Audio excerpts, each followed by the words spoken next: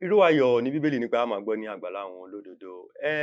Bàbá mi ìránṣẹ́ Ọlọ́run, wòlíì Ọlọ́run, Prophet Olú Martins, àwọn ló pè mí tán rán mi níṣẹ́ tán ní kí n bá wọn kí ọ̀rẹ́ àwọn, kí n bá wọn kí olólùfẹ́ wọn, kí n bá wọn kí ìyàwó wọn. Wọ́n ní kí n bá wọn kí ìyá àwọn ọmọ wọn pé kí n bá wọn kí olùrànlọ́wọ́ iṣẹ́ ìránṣẹ́ wọn.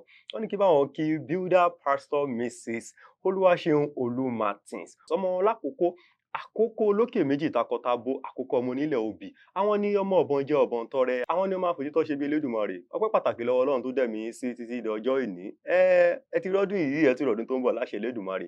Gbogbo àwọn ìbùkún tí ń bẹ nínú ìwé Deuteronomy orí kejìdínlọ́gbọ̀n ẹsẹ̀ kẹrin sí ìkẹjọ.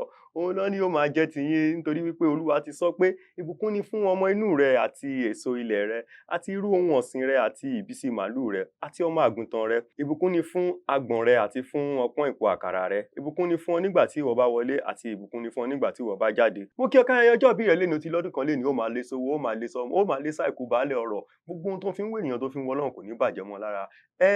Ipò tí Ọlọ́run ti fi ọ́ sí, ọ̀tá ò ní gbà lọ́wọ́ rẹ. Prophet Olúfẹ́mi Martins, àwọn ló ní kí n máa kí yín, kí n máa kó bẹ̀rẹ̀ fún yín, kí n máa kí yín, kí n máa yìn yín, kí n máa gẹ̀ yín pé ẹ kú ayẹyẹ ọjọ́ ìbí yín o. Mo dúpẹ́ lọ́wọ́ yín fún gbogbo àdúrótì yín, fún gbogbo ìfẹ́ tẹ́ ti fi hàn sí wọn. Ọdún tó ń bọ̀ á tún dùn jù báyìí lọ lágbára Elédùmarè, àṣẹ Èdùmàrè. Ìyá wa, happy birthday to you. I wish you long life and prosperity. Gbogbo nǹkan yín dáradára ni ó máa jẹ́. Ire àtayọ̀ fún yín.